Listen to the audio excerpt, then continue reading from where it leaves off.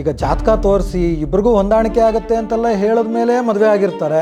ಆದರೂ ಕೂಡ ಅವರು ಕಚ್ಚಾಡ್ತಾ ಇರ್ತಾರೆ. ನಿಮ್ಮ ಜಾತಕ ಒಂದೇ ಅಲ್ಲಿ ಕೆಲಸ ಮಾಡಲ್ಲ, ನಿಮ್ಮ ಮನೆ ವಾಸ್ತುನೇ ಕೆಲಸ ಮಾಡುತ್ತೆ, ನಿಮ್ಮ ಹೆಸರುಗಳು ಕೆಲಸ ಮಾಡುತ್ತೆ, ನಿಮ್ಮ ಡೇಟ್ ಆಫ್ ಬರ್ತ್ಗಳು ಕೆಲಸ ಮಾಡುತ್ತೆ.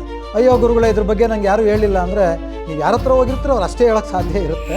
ಕೆಲವ್ರು ಹೇಳ್ಬೋದು, ಅಯ್ಯೋ ಗುರುಗಳೇ, ನಮ್ಮ ಮನೆಯವರು ರಾತ್ರಿ ಬರೋದೇ ಲೇಟ್ ಆಗುತ್ತೆ, ಊಟ ಎಲ್ಲಿ ಮಾಡ್ತಾರೆ, ನಾನು ಊಟ ಮಾಡಿ ಮಲಗಿರ್ತೀನಿ, ಅವ್ರು ಊಟ ಮಾಡ್ಕೊಂಡು ಬಂದಿರ್ತಾರೆ, ಇಲ್ಲ ಊಟನೇ ಮಾಡಲ್ಲ ಅಂತ. ನೋಡಿ, ಈ ಒಂದು ತಂತ್ರವನ್ನು ನೀವು ನಮಸ್ತೆ. ನಮ್ಮ ಕನ್ನಡ ಯೂಟ್ಯೂಬ್ ಚಾನಲ್ನ ಎಲ್ಲ ವೀಕ್ಷಕರಿಗೆ ಡಾಕ್ಟರ್ ಶಾಂತಕುಮಾರ್ ಗುರೂಜಿ ಮಾಡುವಂತಹ ನಮಸ್ಕಾರಗಳು. ಇವತ್ತಿನ ದಿನಗಳಲ್ಲಿ ಗಂಡ ಹೆಂಡತಿಯ ಒಂದು ಸಾಮರಸ್ಯದ ವಿಚಾರದಲ್ಲಿ ಏನಾದರೂ ಒಂದು ಡಿಸ್ಟರ್ಬೆನ್ಸ್ಗಳಂತ ಬರ್ತಾನೆ ಇರುತ್ತಲ್ವ. ಸೊ ಇದು ಬರ್ತಾ ಇದೆ, ಇದಕ್ಕೆ ಯಾವ ರೀತಿ ಪರಿಹಾರ ಮಾಡ್ಕೋಬೇಕು?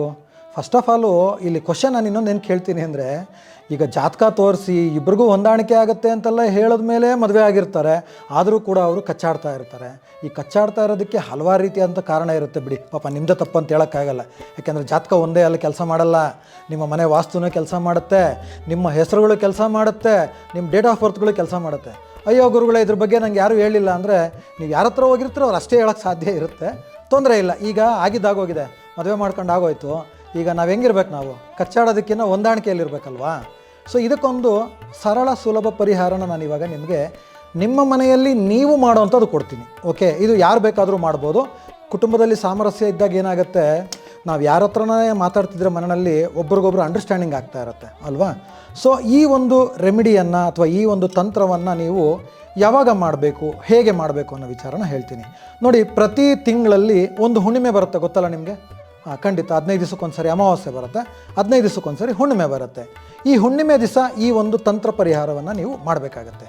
ಏನು ಮಾಡಬೇಕು ಅಂದರೆ, ನೀವು ಮನೆಯಲ್ಲಿ ಪ್ರತಿನಿತ್ಯ ಊಟ ಮಾಡ್ತೀರಲ್ವ? ಕೆಲವ್ರು ಹೇಳ್ಬೋದು, ಅಯ್ಯೋ ಗುರುಗಳೇ, ನಮ್ಮ ಮನೆಯವರು ರಾತ್ರಿ ಬರೋದೇ ಲೇಟ್ ಆಗುತ್ತೆ, ಊಟ ಎಲ್ಲಿ ಮಾಡ್ತಾರೆ, ನಾನು ಊಟ ಮಾಡಿ ಮಲಗಿರ್ತೀನಿ, ಅವ್ರು ಊಟ ಮಾಡ್ಕೊಂಡು ಬಂದಿರ್ತಾರೆ, ಇಲ್ಲ ಊಟನೇ ಮಾಡಲ್ಲ ಅಂತ. ನೋಡಿ, ಈ ಒಂದು ತಂತ್ರವನ್ನು ನೀವು ಬೆಳದಿಂಗಳ ಊಟ ಅಂತ ನಾವು ಹೇಳ್ತೀವಿ. ಈ ಪರಿಹಾರ ಅಂದರೆ ನಿಮ್ಮ ಮನೆಯ ಒಂದು ಏನಂತೀವಿ ನಾವು, ಟೆರೇಸ್, ಆ ಟೆರೇಸಲ್ಲಿ ಹೋಗಿ ಊಟ ಮಾಡಿ ನೀವು. ಯಾಕೆ ಅಂದರೆ ಆ ಬೆಳದಿಂಗಳಿನಲ್ಲಿ ನೀವು ಊಟ ಮಾಡಿದ್ರೆ ನಿಮಗೇನಾಗುತ್ತೆ ಅಂದರೆ ನಿಮ್ಮ ಕುಟುಂಬದಲ್ಲಿ ನಿಮಗೆ ಸಾಮರಸ್ಯ ಬರುತ್ತೆ, ಗಂಡ ಹೆಂಡತಿ ಅಂಡರ್ಸ್ಟ್ಯಾಂಡಿಂಗ್ ಬರುತ್ತೆ. ನೀವು ಕೇಳ್ಬೋದು, ಬೆಳದಿಂಗಳಲ್ಲಿ ಊಟ ಮಾಡೋಕ್ಕೂ ಗಂಡ ಹೆಂಡತಿಗೂ ಹೆಂಗೆ ಸಾಮರಸ್ಯ ಬರುತ್ತೆ ಅಂದರೆ, ನಾನೇನು ಹೇಳ್ತಿದ್ದೀನಿ, ಹುಣ್ಣಿಮೆ ದಿವಸ ಮಾಡಬೇಕಂತ. ಹುಣ್ಣಿಮೆ ಅಂದರೆ ಅಲ್ಲಿ ಯಾರು ಇರ್ತಾರೆ? ಆಬ್ವಿಯಸ್ಲಿ ಚಂದ್ರ ಅಲ್ವಾ? ಚಂದ್ರನನ್ನು ಏನಂತೀವಿ ಗೊತ್ತಾ ನಾವು ಜ್ಯೋತಿಷ್ಯದಲ್ಲಿ? ಚಂದ್ರ ಬಂದು ಜ್ಯೋತಿಷ್ಯದಲ್ಲಿ ಮನೋಕಾರಕ ಅಂತ ಹೇಳ್ತೀವಿ. ನಿಮ್ಮ ಮನಸ್ಸು ಏನಾದರೂ ಡಿಸ್ಟರ್ಬೆನ್ಸ್ಗಳಾಗ್ತಾ ಇದೆ ಅಂದರೆ ಚಂದ್ರ ಕೆಟ್ಟಿರ್ತಾನೆ ನಿಮ್ಮ ಜಾತಕದಲ್ಲಿ, ಇಲ್ಲ ನಿಮ್ಮ ಮನೆಯ ವಾಸ್ತುವಿನಲ್ಲಿ ನಾರ್ತ್ ಈಸ್ಟ್ ಕೆಟ್ಟಿರುತ್ತೆ. ಬಿಡಿ, ಅದೆಲ್ಲ ಆಮೇಲೆ ನೋಡೋಣ. ಈಗ ಫಸ್ಟ್ ನಾವೇನು ಮಾಡಬೇಕು, ಬೆಳದಿಂಗಳಲ್ಲಿ ನಾವು ನಮ್ಮ ಮನೆಯವರು ಅಥವಾ ನಮ್ಮ ಕುಟುಂಬದವರೆಲ್ಲ ಸೇರಿ ರಾತ್ರಿ ಊಟ ಮಾಡಬೇಕಾದ್ರೆ ಬೆಳದಿಂಗಳ ಊಟ ಮಾಡಬೇಕು ಅಂತ. ಹಿಂದಿನ ಕಾಲದಲ್ಲಿ ಬೆಳದಿಂಗಳ ಭೋಜನ ಅಂತ ಮಾಡ್ತಿದ್ರು. ಯಾಕೆ ಮಾಡ್ತಿದ್ರು ಅಂದರೆ ಇದೇ ಕಾರಣಕ್ಕೆ. ಆವಾಗ ಹೇಳೋರೆಲ್ಲ ಇದ್ದರು, ಕೇಳೋರು ಇದ್ದರು. ಈಗ ಹೇಳೋರು ಇಲ್ಲ, ಕೇಳೋರು ಇಲ್ಲ. ಸೊ ಇದನ್ನು ಪ್ರತಿ ಹುಣ್ಣಿಮೆಯ ದಿವಸ ನೀವು ಮಾಡ್ತಾ ಬಂದರೆ ಆ ಚಂದ್ರನ ಒಂದು ಕಿರಣಗಳಂತ ಏನು ಹೇಳ್ತೀವಿ, ಅದು ನಿಮ್ಮ ಒಂದು ಮನಸ್ಸಿನ ಮೇಲೆ ಪ್ರಭಾವ ಬಿದ್ದು ನಿಮಗೇನಾಗತ್ತೆ, ನಿಮಗೆ ಒಂದು ಸಾಮರಸ್ಯ ಮೂಡ್ತಾ ಬರುತ್ತೆ. ಇದರ ಜೊತೆಯಲ್ಲಿ ಇನ್ನೊಂದು ತುಂಬ ಸುಲಭವಾದಂಥ ಪರಿಹಾರ ಹೇಳ್ತೀನಿ. ಪ್ರತಿನಿತ್ಯ ರಾತ್ರಿ ಊಟ ಆದಮೇಲೆ 8 ಗಂಟೆಗಾನ ಊಟ ಮಾಡಿ, 8:30 ಮಾಡಿ, 9 ಗಂಟೆಗೆ ಊಟ ಮಾಡಿ, ಊಟ ಆದಮೇಲೆ ಒಂದು 10ರಿಂದ 20 ನಿಮಿಷ ನೀವು ನಿಮ್ಮ ಶ್ರೀಮತಿ ಏನು ಮಾಡಬೇಕು, ವಾಕಿಂಗ್ ಹೋಗಬೇಕು. ಎಷ್ಟೊತ್ತಲ್ಲಿ? ಅದು ನೀವು ಚಂದ್ರ ಇರೋ ಟೈಮಲ್ಲಿ, ಅಂದರೆ ನೈಟ್ ಓಡಾಡಬೇಕು.